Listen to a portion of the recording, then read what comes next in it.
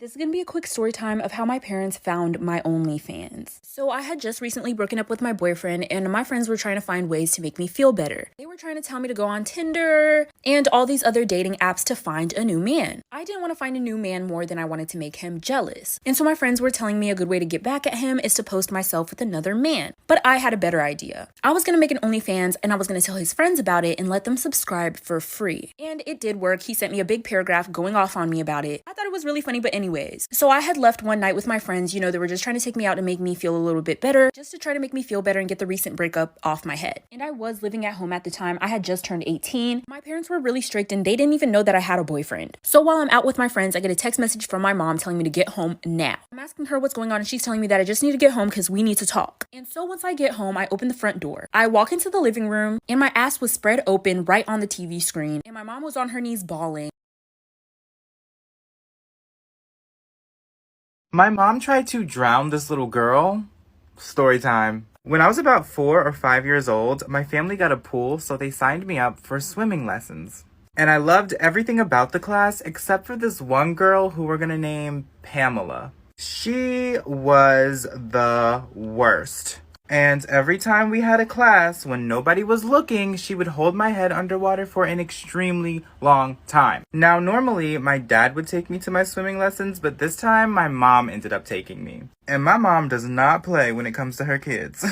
So during class, Pamela thought nobody was looking, so she started holding me underwater again. However, my mom saw. My mom ends up running over, grabbing me out of the water, and then she grabs Pamela by the head, dunks her under the water, and holds her there for a really long time. Thank God the instructor was there because... Part 2 of how I caught my 13-year-old sister sleeping with her teacher. So continuing on with the story, I was just waiting outside the room until they got done. And one day my mom called me and said that it was an emergency and she had to pick us up early. So I knocked on the door really lightly and then I opened the door. And I'm surprised it wasn't locked. And I opened the door and I see my 13-year-old sister and her 42-year-old teacher just getting it on. I mean, I ain't no snitch, so I didn't say nothing. At the time, I was 11 years old in 6th grade and I high-fived her. Then the teacher bribed me with $500 to not say anything. Again, I was in 6th grade at the time, so my parents would definitely wonder where I got the money from. So the teacher told me that if I let them keep doing their thing, he'll make this fake raffle and say that I won it. Because me and my sister were so close, I never snitched on her. And this is the first time I'm telling the story. Me and my sister don't talk anymore. So if you're that teacher that gave me $500 to keep effing my older sister, you are probably one of the most disgusting people that I've ever met. And if this story gets out there, sorry for saying this, but I need to get this out there. John Wilson, you deserve to rot in jail. Story time on how I found out my sister was actually my mom. My parents were much more older than me, and I always felt more distant from them than any of my siblings. I'm 17 years old. I grew with a big family. I have 5 siblings. My sister is 30, brother 29, another brother that's 29, and both of my sisters are 24 and 22. I always realized there was a big gap between me and the rest of them. I always figured that maybe I was an accident or unplanned. Being the youngest, I was spoiled all of the time. The way they treated me is how you would expect them to treat the youngest. My older sister Hannah always took care of me the best. I always saw her as a mother figure, never knowing that she was actually my real mom. She spent most of her time with me more than my other brothers and sisters. And she often took care of me when my mom wasn't there. And my parents were much more older than me, so I always felt like there was a distance between us. I ended up finding out Hannah was my mom after both of my parents passed away. If you want to know exactly how I found out, please come back for part 2.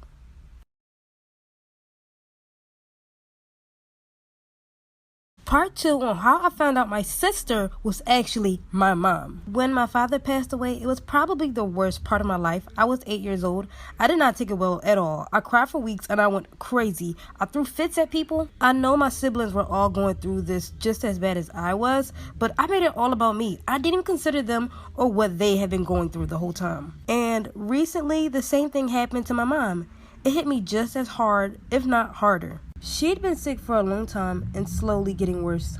I wasn't ready for it at all. It was after this Hannah told me the truth. She sat me down and braced me that what she was about to tell me, I would be shocked.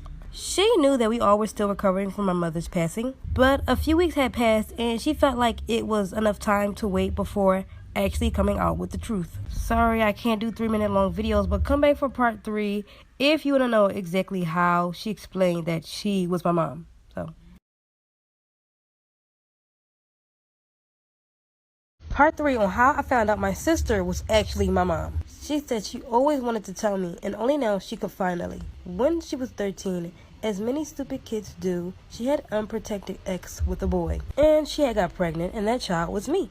At the time, her parents wanted to give her baby up for adoption, but she was unshakable and wanted to keep her child. She completely refused to give me away. They eventually agreed to keep me and would raise me in their household, but with their parents as the guardians, and I would grow up thinking that they were my real parents. Apparently, some of my older siblings also knew, but they never mentioned it. In fact, they're actually my aunts and uncles. My mother made Hannah swear that she would never tell me, and that she could only tell me only some time after her death. She said she wanted to die as a mother, not a grandmother. Hannah said all my life she wanted to tell me, but swore not to. And she was glad that she was able to tell me the truth. But if you want to know how I reacted to the whole situation, part 4 coming up. You see, my elementary school was crazy. We used to play this game called booty tag. Booty tag consisted of grabbing booty. There was none of that tag, you're it. The goal was to keep your booty safe and not get caught. Contrary to popular belief, this game was for the girls. You see, in elementary school, all the boys thought that girls had cooties. So if you were a boy and you got tagged by a girl on the booty, nobody was gonna mess with you because you have cooties. So the whole playground was just girls going crazy, grabbing booty. I remember one time this kid named MJ fell on the ground and they just started kicking his booty. He couldn't walk for the rest of the day. Since I was really fat, I couldn't run away when they were trying to tag me. So I ended up becoming really good friends with this girl named Sierra. She was my only friend because I had cooties since I got tagged. Now me and Sierra became really close. Like we was 8 or 9 years old sharing trauma stories. One day she asked me, yo, do you want to see something? Alright, so here's part 2 on how I got suspended in elementary school. So Sierra looks at me and she asks me, yo, do you want to see something? I'm like, yeah, show me. She says, look under the table. She literally pulls her pants down and she shows me her you know what. And it literally just became a thing we do every day. The girls at the table would look out for the teacher. I would stick my head under the table and take a peek. So everything was going smoothly. Then boom, Jerry hit. Now Jerry was another loser just like me. He used to get tagged all the time in booty tag. So naturally, me and him became really good friends. What I loved about Jerry is that he always had my back on the playground. If anybody tried to mess with me, Jerry would have been there to knock you out. So I tell Jerry about the Sierra situation and he says that he wants to see. So randomly one day he just sits at my table and he takes a peek with me. Things get crazy after that because Jerry stands up and looks at the girl and asks them if they want to see something. Alright, I'm going to be posting part 3 really soon, but if you haven't already, follow me on Instagram, like my picture. Alright, so this is part 3 on how I got suspended in elementary school. So now Jerry decides to stand up and show the girls his you know what. So I'm completely weirded out. The girls peek under the table, they get their little laughs in, boom. As soon as Jerry goes to sit back down, the teacher taps his shoulder. The teacher was Miss Pesky. With a straight face, she looks at him, she's like, "What are you doing?" Now we're all in the office and we're all getting interrogated individually. Now me, I remain solid. I don't snitch on nobody. They asked me, were you showing the girls your you know what? I said, no, I wasn't. Now 30 minutes has passed by. Jerry's mom is here and she's pissed off. Now for some strange reason, they let all the girls go. Only me and Jerry got in trouble for the whole table situation. Sierra got to walk free. In the end, I ended up serving 3 weeks of detention. Since I just moved to my new house and we didn't have a phone or internet connection, nobody was able to be contacted at my house. So I didn't get in trouble at home. Moral of the story, trust nobody. Imagine TikTok being so powerful that they actually help you identify the person that almost murdered you. On my For You page the other day, I found this viral video that you guys might recognize, which states videos I took before almost being hunted and murdered. I clicked on her page, listened to her story, and was like, I have to know more. So I reached out and got the full thing. This is the case of Flowers Don't Growl. April 29th through April 30th of 2019, Taylor and her boyfriend Chris decided to take a trip to Falls Creek Falls, Tennessee. Taylor was 5 months pregnant at the time, so they figured they needed one last little trip before they were going to have a baby. And Taylor swore that Chris was going to propose. So that's why she documented so much of this trip, not even realizing that later on it was going to be used as evidence. So they set up at their assigned camping lot. They spent their time hiking, exploring, having fun. Taylor would collect flowers along the way to document it for memory's sake. but please keep these flowers in mind. And then on the second day, everyone from their assigned area was gone except for them. So they were more alone than before, or so they thought. Welcome back to part 2 of Flowers Don't Growl. So later in the night on their last day, they ended up hearing a loud crash. There's very windy roads nearby, so they figured that it was a wreck. And just to make sure kids weren't involved and that everyone was safe, they got out of their tent and ran over to the crash site, which was maybe half a mile away, to go check on the people. The sheriff ends up showing up and it's like a DUI situation, but everyone ultimately was okay. So before heading back to their campsite, Taylor says she has to go use the restroom. So her and Chris walk over to the bathroom so she can do her thing, and in the distance they see a light flickering. And as it gets closer, they notice that someone is running with a flashlight. So they're both cracking jokes to each other like, oh my gosh, this guy really has to go to the bathroom. But once he approaches the restroom, he ends up stopping right at them instead of actually going into the bathroom. And states, and I quote, "Wow, you guys are fast." Creepy. Taylor notices that he has a weird smile on his face and feels really nauseous but just associates it with the pregnancy. So just to be nice, they continue to have a conversation with him. But ultimately, this is where things go wrong.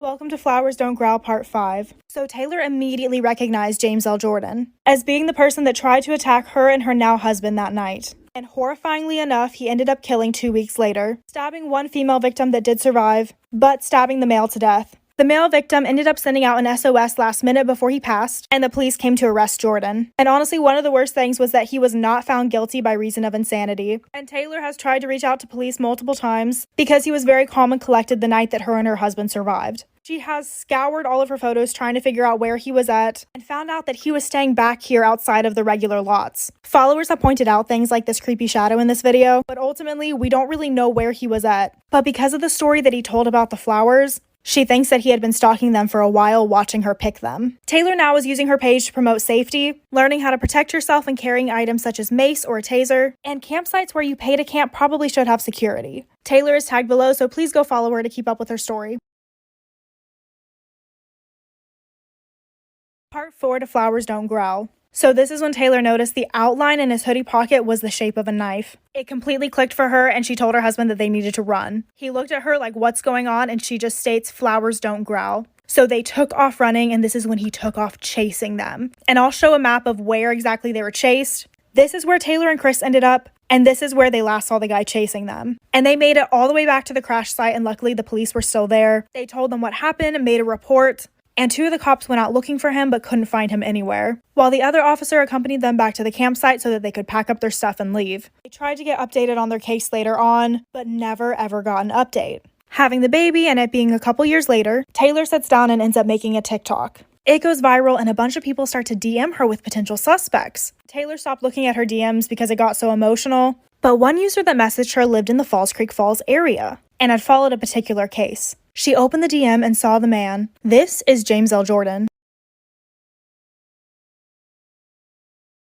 Part 3 on Flowers Don't Growl. So Chris and Taylor continue their weird interaction with this man. Chris explaining that they got to the wreck fast because they wanted to make sure everyone was okay. And the guy goes, "Yeah, I guess I'm just used to it." And Taylor's confused because, like, used to what? Hikes? Car wrecks? They ask what he does, and he says he travels a lot and likes to go camping. And Taylor, starting to get very uncomfortable now, tells Chris that, hey, they need to go back to the campsite because the police will be over there waiting for their statements. Just trying to make an excuse to leave, and Chris could tell it was BS. And as they start to take steps back, he starts to take steps towards them, asking questions like, hey, how long are you guys going to be here for? And his hand kept playing with his hoodie pocket. Chris was starting to pick up on the message as they continued to walk backwards, while the man followed them forward. And then this guy decides to tell them a little story. He was like, "Car accident. It got me thinking this morning as I was hiking and I passed these flowers. I stopped because they were so beautiful and I heard a deep growl and it scared me. And it makes me think, you never know what day is going to be your last." That's when they saw the knife.